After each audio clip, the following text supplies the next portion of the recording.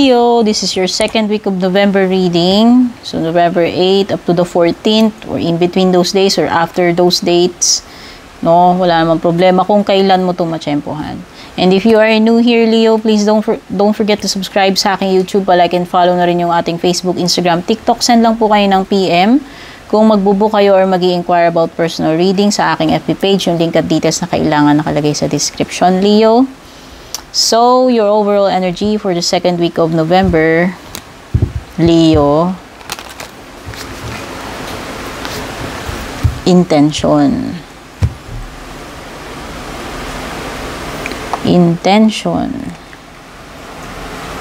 Spinning fate.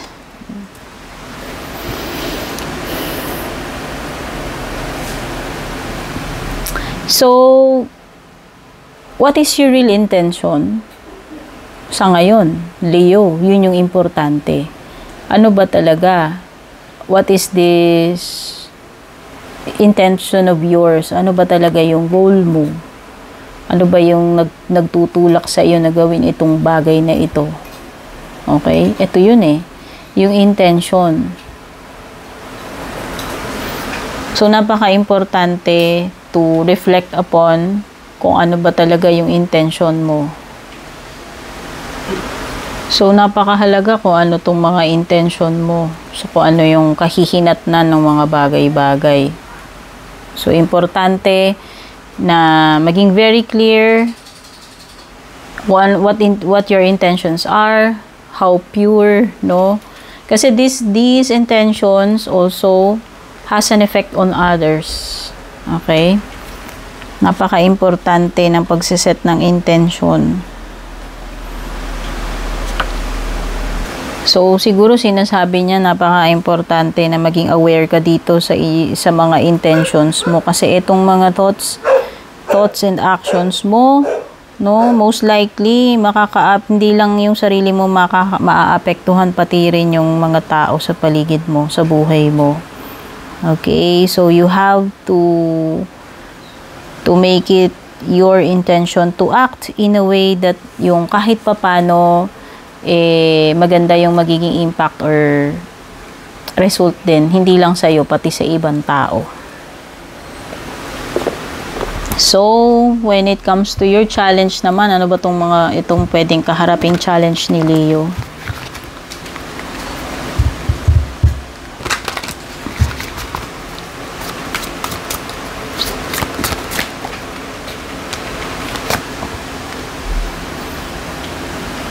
When I show my work, others give support. Okay. So, pwedeng your challenge for the second week is kung susuportahan ka ba o hindi dito sa gagawin mo, no? Sa sitwasyon mo, sa gusto mong mangyari. So, yun yung pinaka-challenge, Leo. Hindi mo alam kung willing kang suportahan, no? Yan yung pinag-aalala mo. Iniisip mo kung makiki-cooperate ba sa'yo tong mga tao na to, kung sino man tong mga to, katrabaho, o kung ano, no? Basta yan yung problema mo, yung challenge mo ngayong second week, paano maki-interact, maki-connect, makipagtulungan, maki-collaborate sa iba, okay? So, yan yung problema mo. So, ano yung possible outcome? Six of Pentacles. Give and take lang, Leo. If you want these people to support you, dapat pakita mo rin sa kanila na you are interested din sa kanila, na you will do the same thing for them, no? So, kung sinusuportahan ka nila, kumbaga, ikaw ba, willing ka rin bang suportahan mo sila? Oh, ayan. So, this is about giving and receiving. Kung sinuportahan mo sila in the past, malamang sa malamang, Leo, susuportahan ka rin nila ngayon. Sa tingin ko naman, mukhang balance naman, mukhang equal naman, maibabalik naman yung goodwill mo na ginawa dito sa tao na to or mga tao na to, no?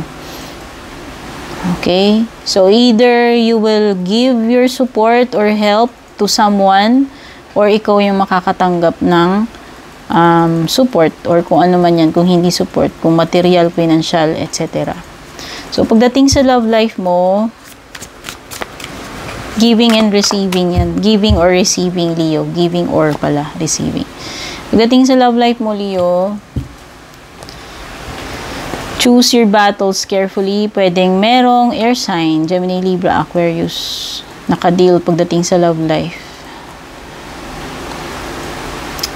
Alam mo, maganda, wag nyo na lang patulan yung isa't isa, Leo. Kung ikaw yung mas matured ang isip dito, hindi naman laging ano na lang, yung away na lang ng away.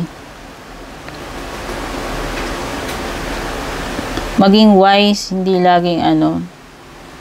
laging dapat i-prove na kung sino yung laging tama, yung sino laging magaling. So, sa tingin ko, pagdating ngayong second week, mas maging diplomatic, mas maging kalmado, mas less patol, no? Okay? Less patol. Piliin mo na lang mabuti ano yung deserve ng energies mo. Mas maganda, wag mo na lang patulan yung person mo, no? Kung nagpo-provoke man siya, nagsisimula siya ng away. Okay?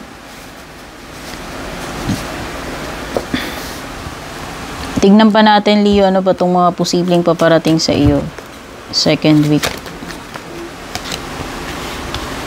Handshake. Meeting with a stranger could be very important. Uy, mukhang mamimit kang bago second week. At pwedeng napaka-importante nitong meet-up na to, whether mag-meet kayo as in magtatagpo, magiging magkakilala. Hindi ko alam basta may mamimit ka at napaka-importante niyan. Oy, oo nga, may mamimit kang bago kasi someone new is entering your life, Leo.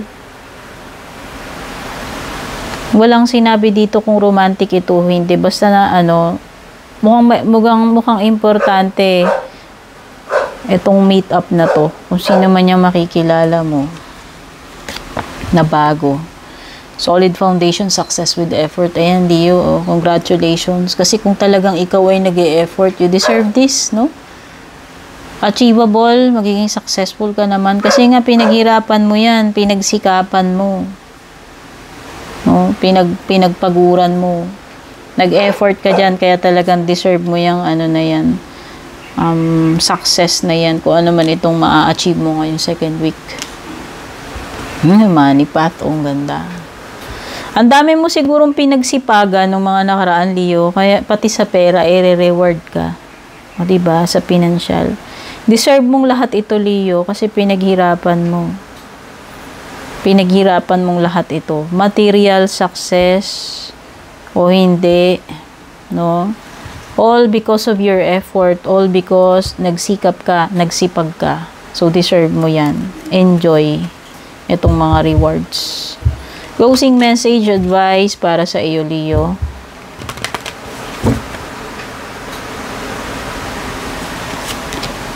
Purity. Ayan. Always trust in the purity of your heart. Look inside your heart and within you will find the answer to your question. Masyadong pure ang intention mo, Leo. Kaya yun din yung magandang inani mo rito sa second week mo. Nakikita ko na busilak yung kalooban mo. Lumilitaw dito sa cards mo na napaka-pure ng intention mo. Kaya nga maganda yung results. Diba yung pinag-uusapan natin kanina, what are your intentions, Leo? Mukhang maganda yung intentions mo. Kaya yun yung naging reward para sa iyo ngayong second week. So, congratulations, Leo. Napakaganda na reading mo. Sana nagustuhan mo. Don't forget to like and share. Take care and God bless.